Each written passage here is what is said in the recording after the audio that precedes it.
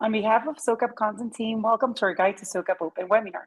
My name is Nicola Sasso and the Executive Director of Content Community at SOCAP. We're excited to have you here as we walk you through everything you need to know about SOCAP Open. Before we dive in, let's take a quick look at today's agenda.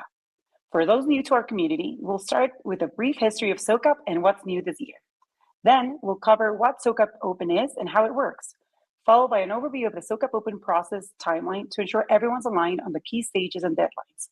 Next, we'll take a deep dive in SOCAP 26 content focus and track review that will inspire you to propose your sessions. We'll also share recommendations on how to craft your compelling session that stands out. And finally, we'll open the floor for a live Q&A. If you have any questions throughout the webinar, just feel free to drop them in the chat and we'll answer them at the end.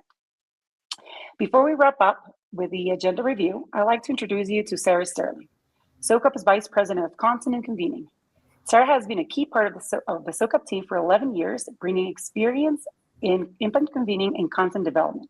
In addition to leading our programming efforts, she has worked closely with our SOCAP Fellowship, with the entrepreneurs throughout the SOCAP Fellowship programs, supporting them in scaling their ventures or navigating the impact space. We're thrilled to have you here today to share more insights with you. Welcome, Sarah. Thanks, Nicole.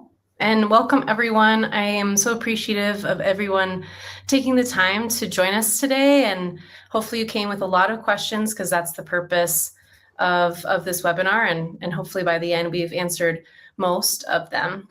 But let's get started.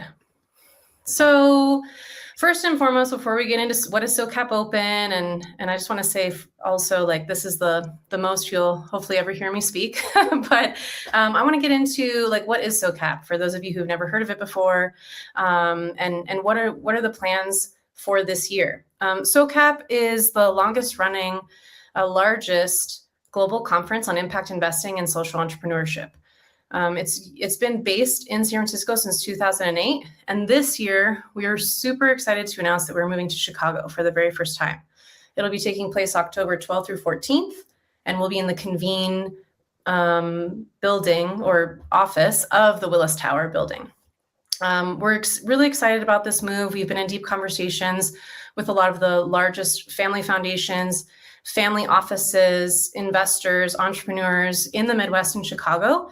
And there was this desire and need to really bring the SOCAP community and the global stage to Chicago and really spotlight what's happening there and in the Midwest. There's so many innovations and really incredible impact models that we wanted to share with our community. So we're really excited about this move, and we're really excited to see what you all come up with for the SOCAP Open process.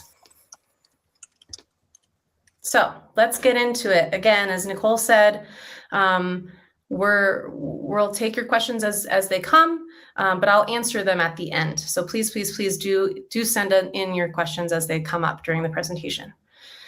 So SOCAP Open has been a part of SOCAP's history since almost the very beginning. This is the way in which we really get all of the content and perspectives of what is most urgent and pressing for our community on the stage at SOCAP. This is a very inclusive process, and especially for this year, we really are diving deep into trying to spotlight those voices that have historically been unrecognized and haven't had a seat at the table. So we really are looking for underrepresented organizations and leaders to submit these ideas for SOCAP Open. And then on top of that, for this year, our other focus is having them be solutions-oriented. We really feel that as a global community, we understand what the challenges are. Maybe not at the deepest, most minute levels, but we want to get past just talking about what the problems are. We definitely want to address them, but we want to get closer to the solutions focus content on stage this year. So that's a big hint for all of you who are going to be designing sessions for this year, is really making sure that your session proposal is focused on either spotlighting a solution that already exists or co-creating solutions, like creating the space to co-create solutions with the attendees of your session. So how does it work? This process has been reiterated on every single year, including this year. It is a constantly evolving process, but we want to make sure that the sessions that make it onto the agenda have been reviewed by multiple people. So it's not just us, our internal staff reviewing them and selecting them. We have a multi-tiered process. So basically, you all take the time to develop your session. Please submit by April 12th. We'll say that multiple times, but that is the deadline this year to submit sessions. So you'll submit your session. We'll then share with everyone a toolkit to promote your session through all your social media networks. We'll have what's called a community voting process. This is your chance to promote that, hey, I've submitted a session in SOCAP Open, please vote for my session. And we have an open platform for anyone, anywhere, whether they or not they have a ticket to SOCAP, can vote for your session. The community voting does not actually determine which sessions are selected, because again, we have a multi-tiered process. So part of it is our internal review, part of it is whoever gets the most community votes, they get extra points for their session in the selection process. And then finally, we have our curation council, which are a team of 3 to 4 experts that we've invited to help us review the top selected sessions. And then with their average, as well as the average of our internal review and the points from the community voting, that is how the final sessions are selected and are placed on the agenda. So here's the timeline for you all so that you'll know when to expect an answer from us by. So we've already launched SOCAP Open, obviously, and submissions close April 12th, as I mentioned. We will be going through that first week of April 12th or April 13th to find any proposals that are missing information, and that's sort of the first cut. Usually we don't cut a lot during this, but this is just a really good reminder for you all to make sure you take your time to fill out your proposals so that you have the correct number of speakers and you filled out all of the required information. This is because if we are missing, key things like the session description or the session structure, or the session structure that you selected is also requires 2 speakers, but you only put 1, just make sure that you take your time to really fill out the form correctly. Otherwise, we will have to cut your proposal. Again, we don't do this very often.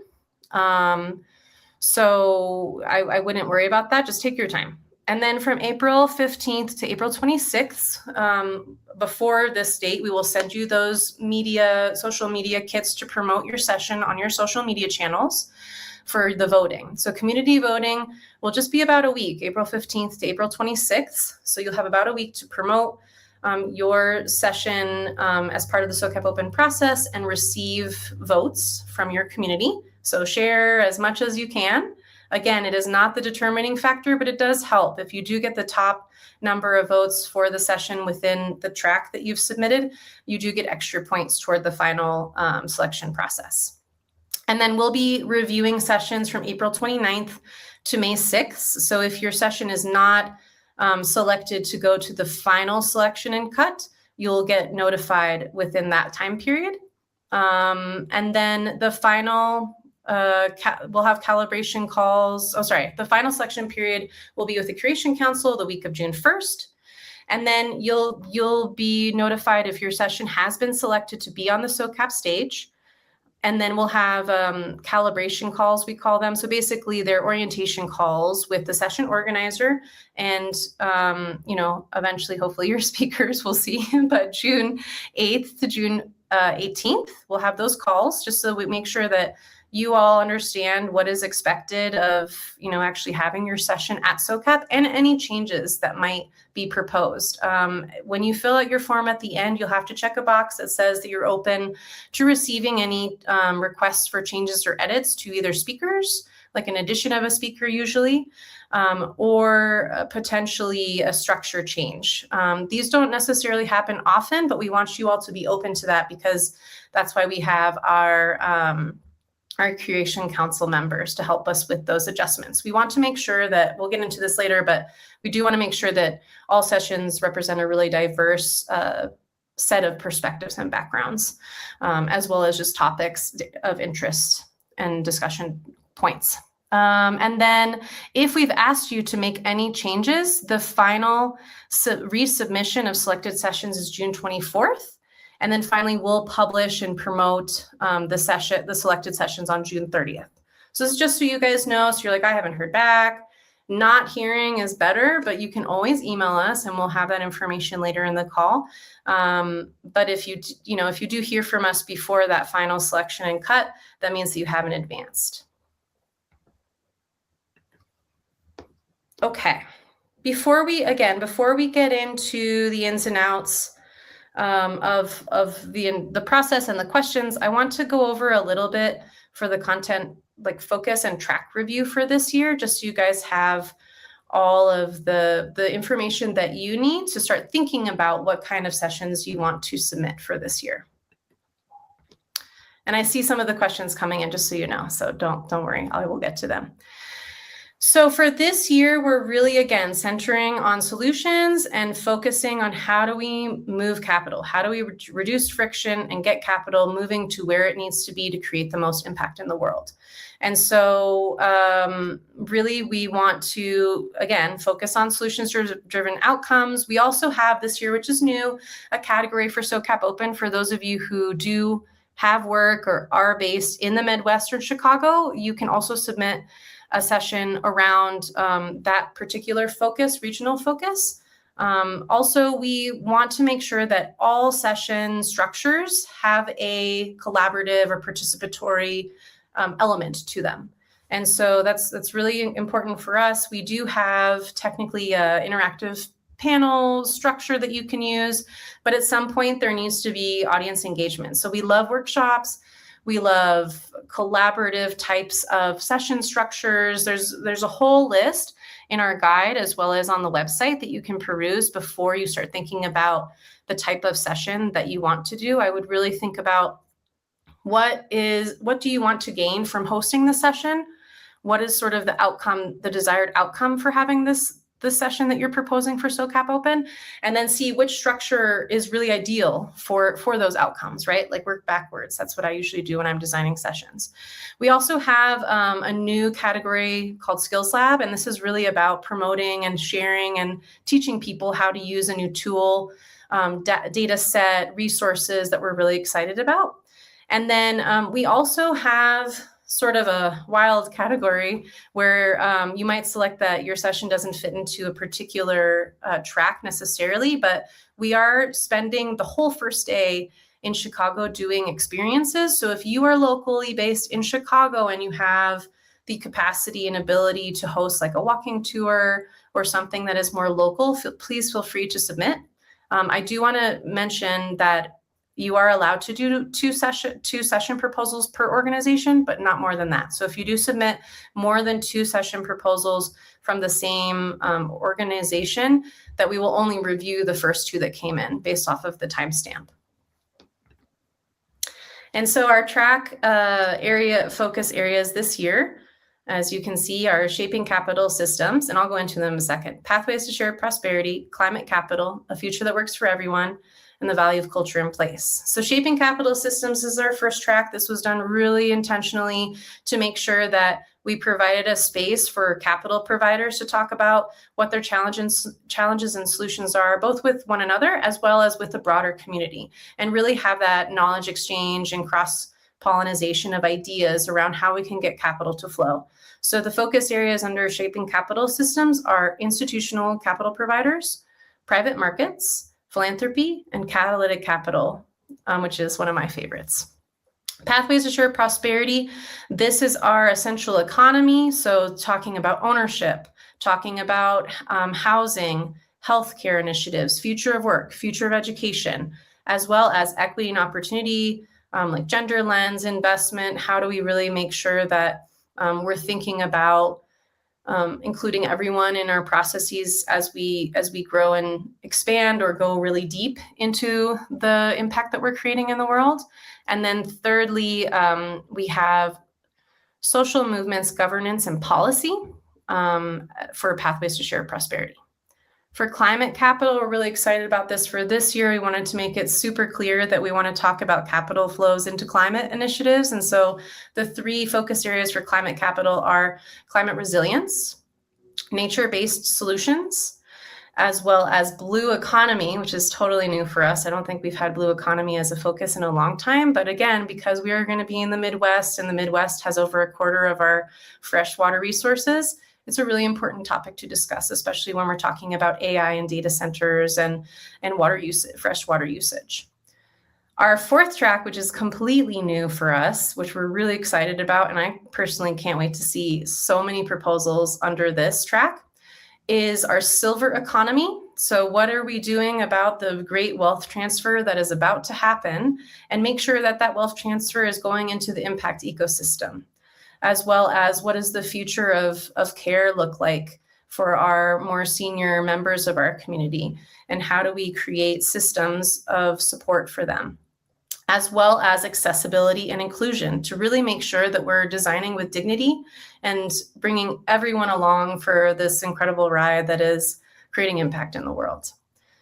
The value of culture and place is our fifth track. This is our place-based initiatives, as well as media and creative economy, which is also a new focus area for us to have that be, a central focus of a track. So again, I would really love to see proposals around that as well for all of them, but I'm just naming some of my favorites. Okay, how to make your proposals stand out. So again, solutions focused. We really want to make sure that we're getting away from talking about the problems. Of course, there's always space and time to set the foundation and the context. That's always important.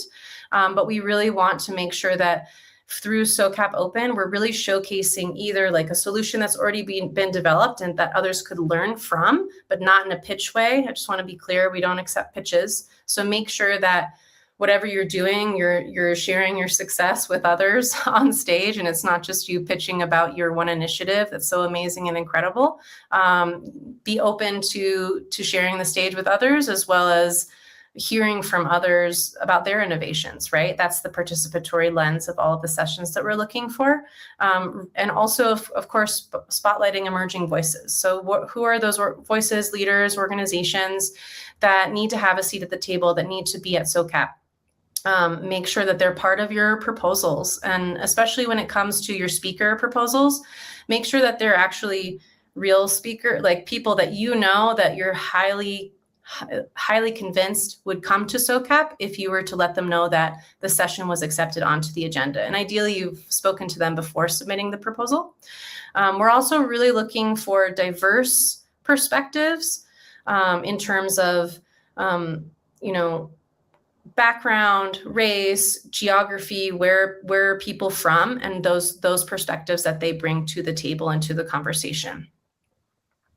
And again, you can also have a session where you co-create solutions. Maybe you have a challenge that you want to propose and co-create solutions with people together. We love seeing those proposals. All right. I know the questions have been coming in, so I'm going to scroll up and make sure that I get to all of them as they come in. Okay. Dr. Candy Dugas, 2 questions. What has prevented SOCAP from being solutions-oriented to date?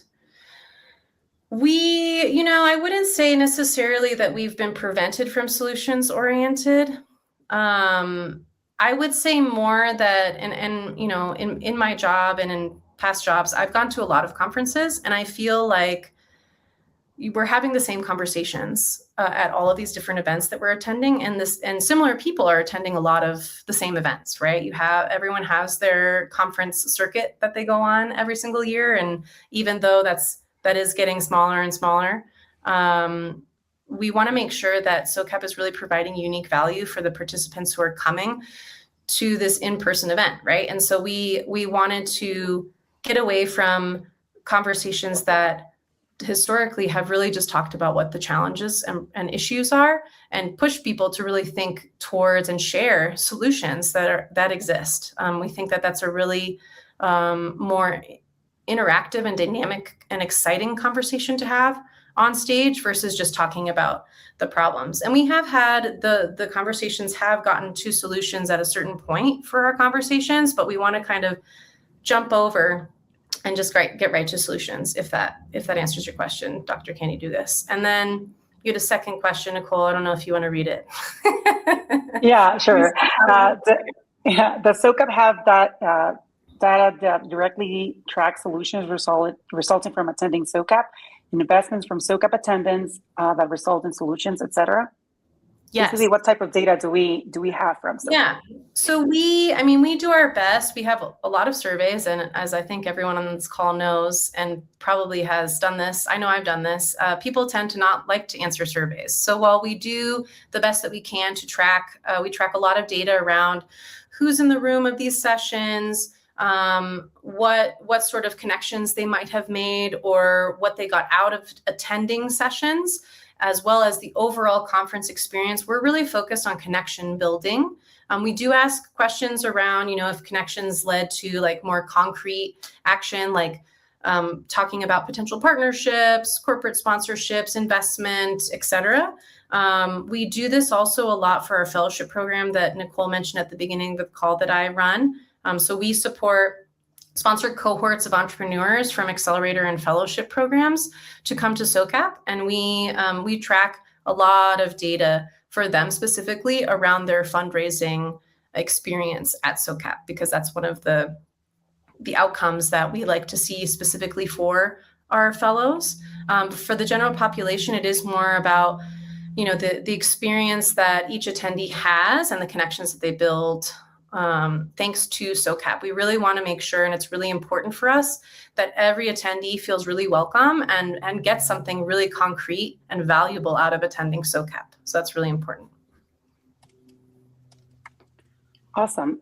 Thank you, Sarah. The next question I have is from Missy Angala.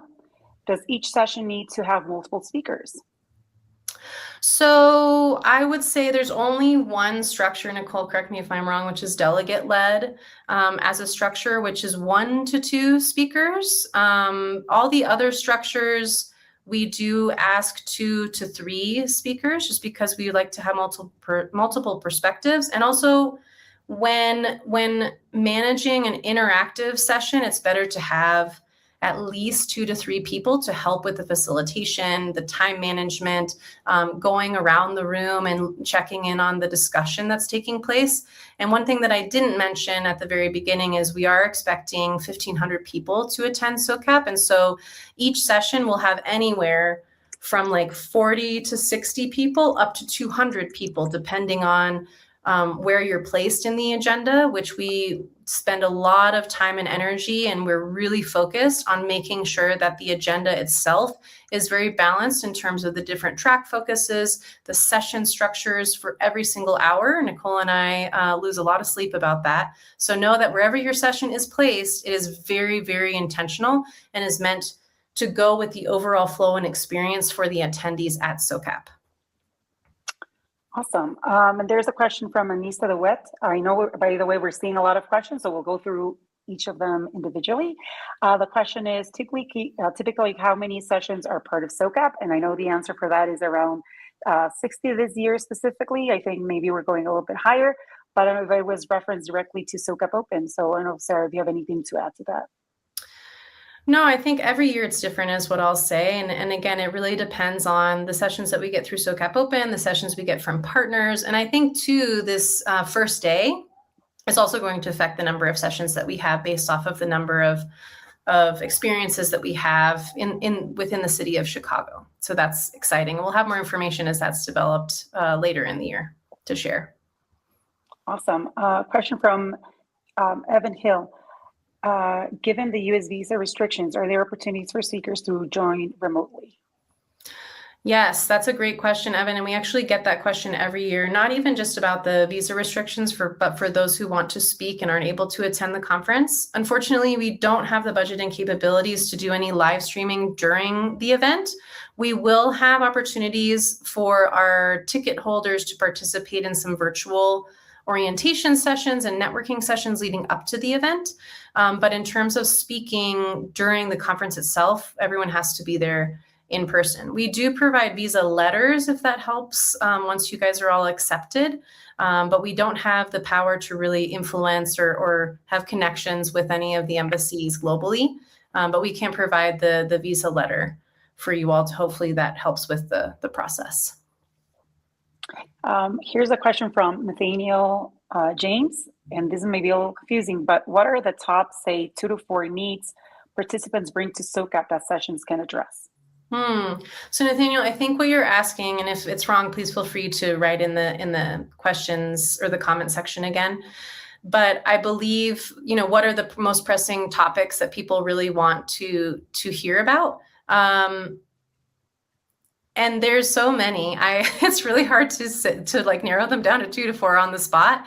And honestly, every single year, since every year has its own challenges, we really do lean on our community to let us know what are the most urgent and pressing issue areas that we need to address. We do have a lot of conversations at SOCAP each October, as well as the November, December, January period following SOCAP to like follow up with partners and other participants at SOCAP to hear how the experience went, and then ask them like for next SOCAP, like what would you like to see more of? And I think that's really reflective in the tracks, honestly. So the tracks are designed to really speak to what we've heard from our community, both at the last SOCAP as well as the months following. And that's how we design our tracks every single year, which is why they're different. So I would really just follow the 5 tracks that we have placed. And there's more information about them on the website as well. Yeah, and that I think connects to Mira Siva question, which is what are the preferred session formats, panels versus others? And I know you spoke about this, Sarah. We want collaborative sessions. We want people to walk out with tools, next steps. And just again, I'm going to mention this, and I shared the guidelines in the chat, but you can always visit SOCAPglobal.com and you'll see there's a whole page dedicated to SOCAP Open, and you'll find the guidelines there. Within the guidelines, you'll see what each format entails and how many speakers you can propose for each, and so on. So we highly recommend, as Sarah mentioned, to go through the guidelines. There's an appendix in the guidelines where you can actually draft your session before you submit it to us. So that would be my recommendation, especially for session formats. Yeah. Next. Yep. Oh, sorry. Well, I just wanted to add on to that for Mira's question. I think for us, it's not necessarily a session structure. It's more about like, who are these speakers that are going to be taking the stage? What is the topic of focus? And again, like I said at the beginning of the call, I would work backwards, right? Like, what is the real outcome that you want to see happen because the session took place at SOCAP? What do you want that attendee experience to be like and for them to walk away with? And then move backwards and see what session structure is most optimal for that. Like Nicole and I always talk about, like, if you're talking about impact measurement, it's way more fun to do a hands-on workshop type of structure for impact measurement because it gives something that people can walk away with versus a panel. And then maybe Q&A or breakout discussion groups, right? And again, any session structure that you have, you will always have time built in for a grounding moment to really set the context, whether that's like a really short mini discussion or presentation, and then get into the workshop and discussion groups or solve it session. I didn't mention this at the beginning of the call, but sessions are 75 minutes at SOCAP if you've never been. So we really give you all a lot of time to play with versus other conferences that I've been at. So that's the other piece for that. And we also will have SOCAP staff and volunteers to help with anything that you might need for your session. And then the last piece that I don't think we mentioned, but it's part of the guidelines, is every speaker who's part of your session also gets a complimentary ticket to attend SOCAP. So I think everyone knew that. Awesome. Already. Make sure. Yeah, before I jump to the next question, I wanted to quickly add that within the session submission, we actually ask for the session structure, right? And that's just to give us, like an idea of what you guys have in mind and how the session will take place.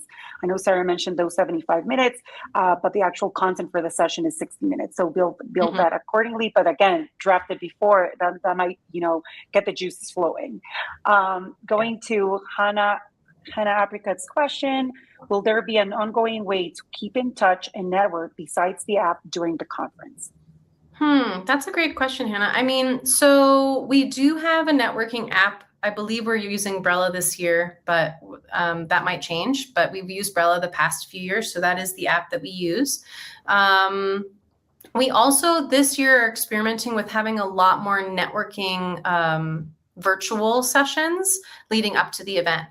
So one of the things that we usually do to showcase the SOCAP Open sessions, which we'll be doing again this year, but in a different way, is called our opening track panels. And this is a chance for our Curation Council members to really talk about what they're really excited for SOCAP in terms of the content that they reviewed, the content that will be on the agenda, as well as talk about the work that their organizations are doing. But this year we're doing them virtual. We're not going to do them in person because we want to also take time to do actual breakout groups so that people have a chance to meet people who are also interested in the same track of work and content, probably the week or two before SOCAP starts. So you'll have a chance to start putting names and faces together. We're also going to do a newcomer welcome session virtually, which is going to be really exciting, so that those of you who've never been to SOCAP before can be oriented and meet other people before arriving at the event. And then we're cooking on a couple of other ones too that we might do. So stay tuned for that. Hopefully that answers your question. But yeah, those are the ways to keep in touch, and joining our newsletter to keep in touch with us, I guess. Awesome. Here's a really great question. Sarah Shish Mehta asks, could you elaborate on the co-create solutions approach? Specifically, if we propose a solution, do we also need to find and set a list of participants? Yeah, so the co-creating solutions approach, so for one, this is just an example. You don't have to necessarily do this structure, but in the past, what's been fun is we've been doing some Solve It sessions. We tested this model out last year. And so with Solve It sessions, you have a really big challenge that doesn't have an easily identifiable solution. And so one of the ones last year was how to end global homelessness, right? Like you take a super big that you're not necessarily going to solve, but it's just like a way to have a broad enough question that a lot of people can participate in. And then you guide the participants in small working groups to figure out how to co-create a solution at each of their tables. You can also co-create solutions through like a World Cafe model. If you haven't heard of that, that's a highly facilitated model. It's a little more complicated. So I would make sure that whatever you propose, that you're really confident in being able to facilitate that conversation. And in terms of the participants, participants will be generated through our networking app. If it's Brella, people can sign up ahead of time and say that they're coming to your session.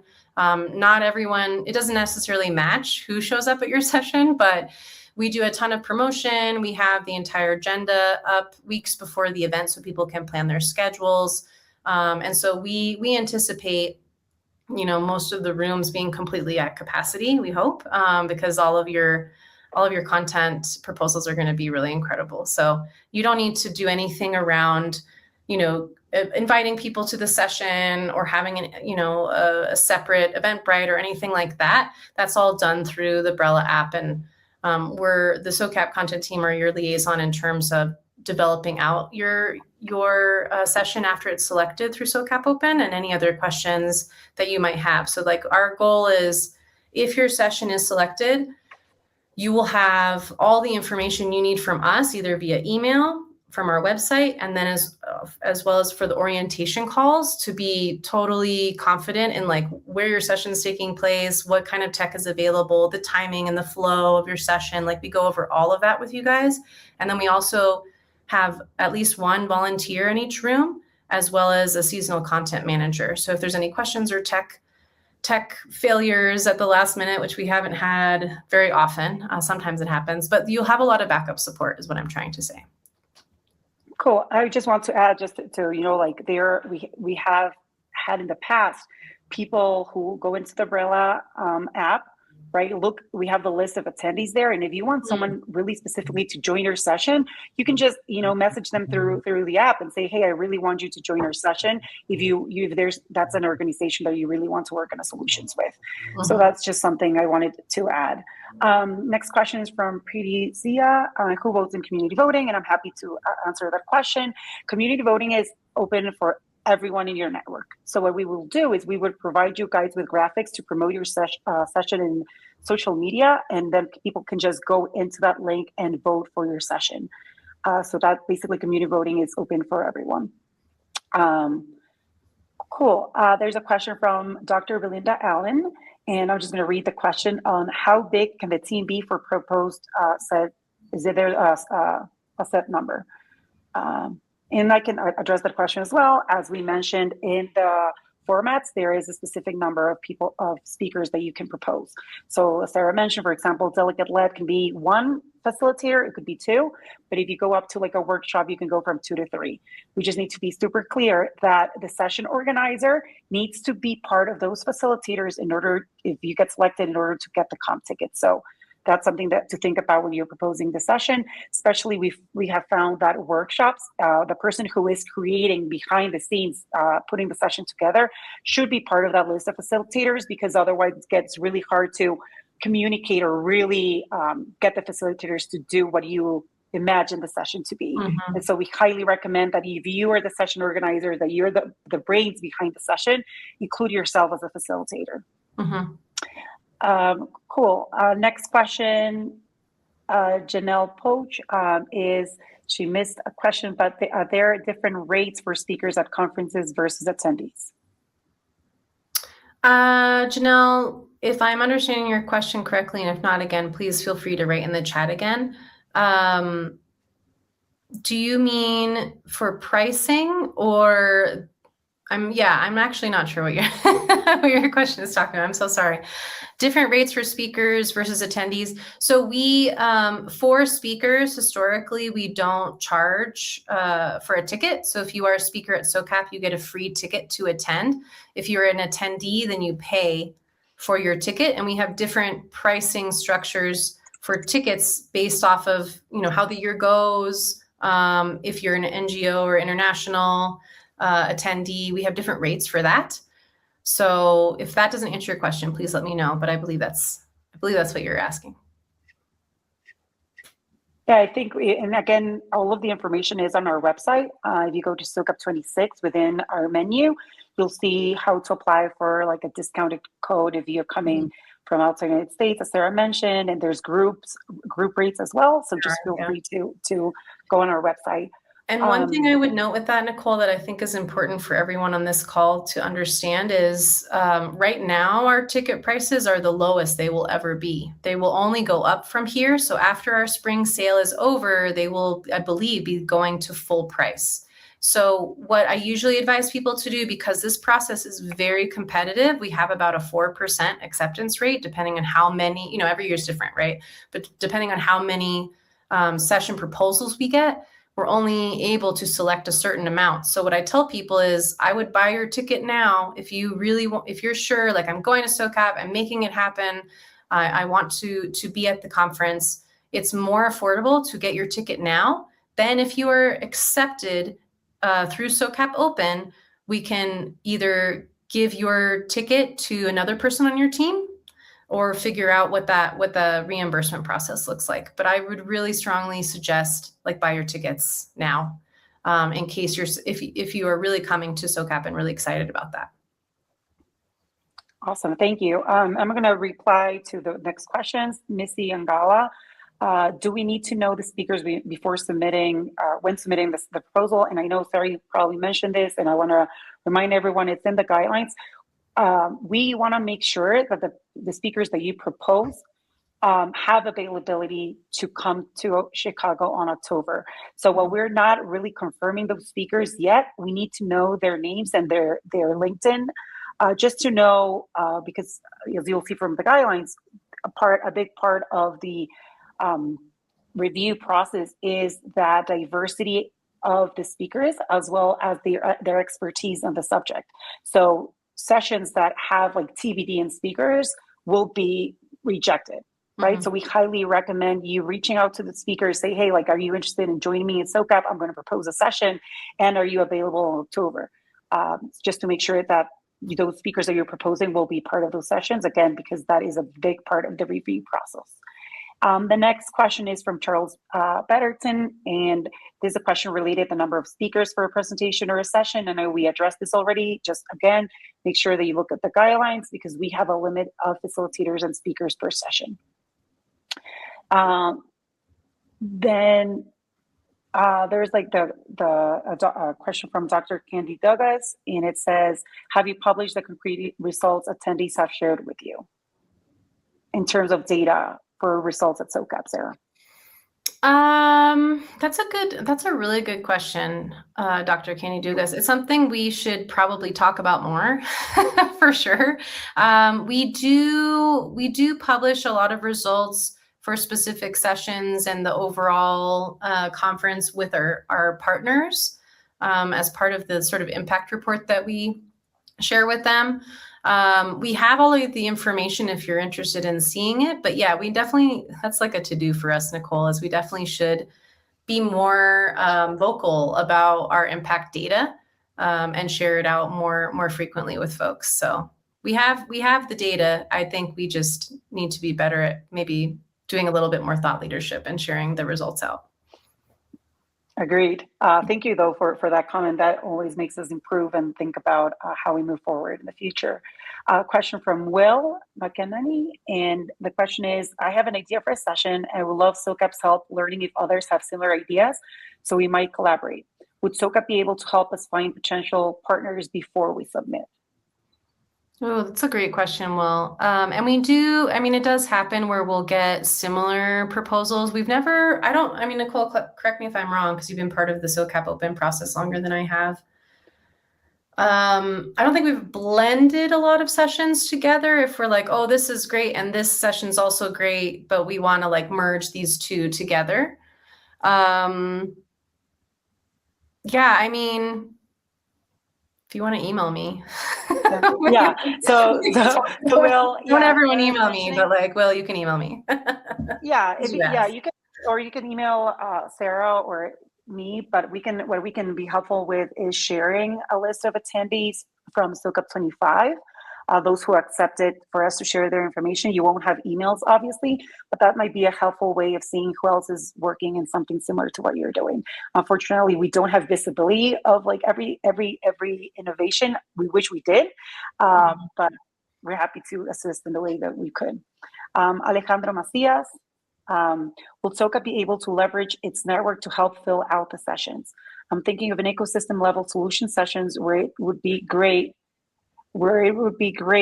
to have diverse perspectives from across the entrepreneurial ecosystem. My org has speakers in mind, but we'll love to get additional support from SOCAP to make sure we get as much perspectives as possible. So I think that goes back to Will's question. So again, you guys can email hello@SOCAP and we'll give you the list that we had last year that was published. Okay, Evan Hill again. We are finding visa letters are no longer enough to get a first-time visitor a USB1 visa for most countries, especially in Africa. So just an FYI. And we hear you, and we're we're very aware of what's happening, and we hope that we can get more people from the global community to join us at SOCAP.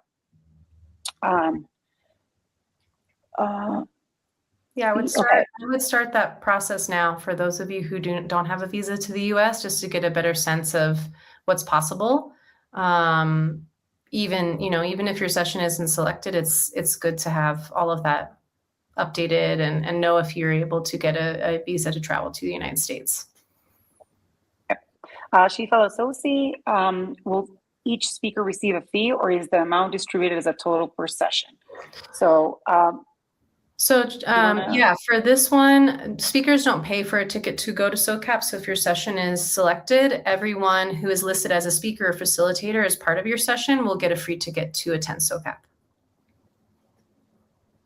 Awesome. And then Patty Simonton, do all sessions get AV? And I can answer the question, and the answer is yes. While we don't record all sessions, we do have AV for all sessions, which means screens, microphones, and we'll get, as Sarah mentioned, we will get a list of everything that's in the room for your session if you get selected when we do the prep calls with all the speakers and the session organizer. Glad to see some familiar faces in these questions. This is great.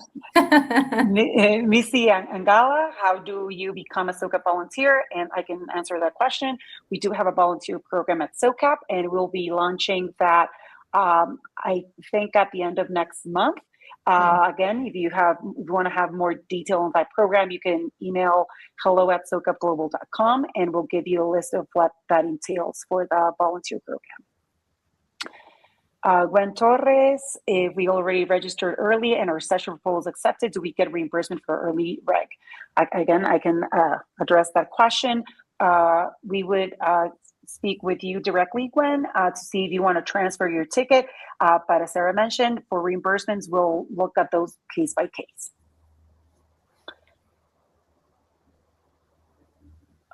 Again, the question from Shifa related to speakers. Do speakers need to register and get tickets even if they're applying for SOCAP Open?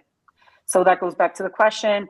If you have a ticket and you get selected, we'll figure out individually if you want to transfer that ticket to someone else or go through the reimbursement process.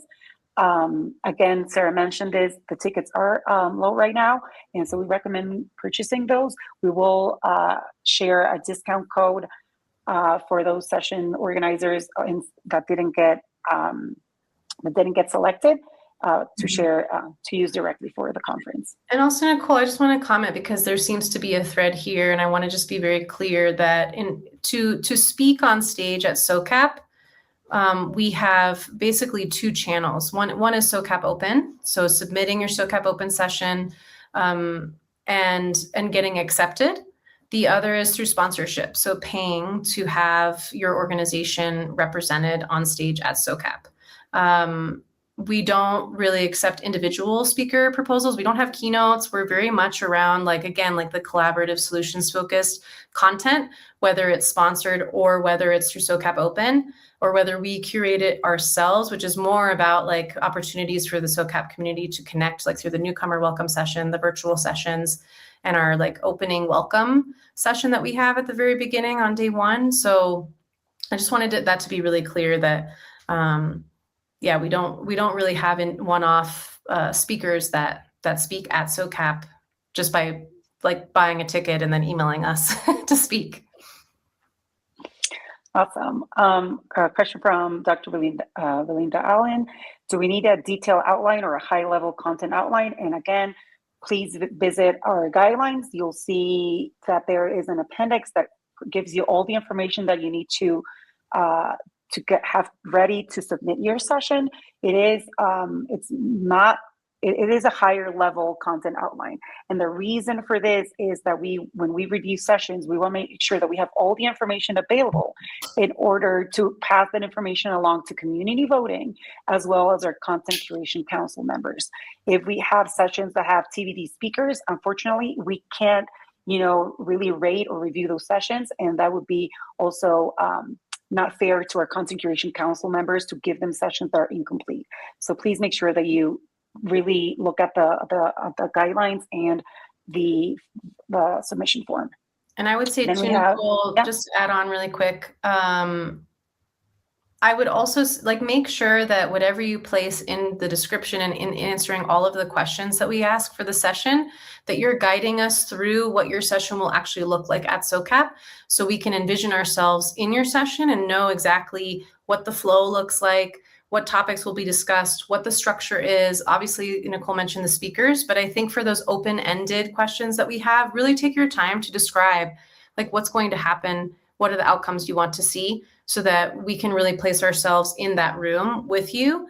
That really helps us evaluate if it's a good fit for this year and the topics and everything else, because Nicole and I are also evaluating these in the context of the entire SOCAP agenda. And what other content is coming in from partners or content that we're developing for attendees. And we want to make sure, again, that we have that flow of the attendee experience. And that's really a big piece of how we select SOCAP Open sessions each year. Awesome. Thank you, Sarah. Question from Tasha Bayer. And it's, is there a day ticket or team member supporting any chosen panel? And I can address that question. And as Sarah mentioned, we have a full team for SOCAP to provide support for those sessions that get selected. So unfortunately, we don't have the tickets. We encourage people to purchase the ticket to attend to the 3 days at SOCAP. Again, we do have a full team to support the session. We do a prep call before, and so everything's ready for your time on stage. And during your session, we'll have someone from the content team there. We'll have volunteers and the AV support team. I will just mention, Nicole, really quickly, because we've had a couple of instances of this, and I want to make sure that everyone feels super supported in coming to SOCAP.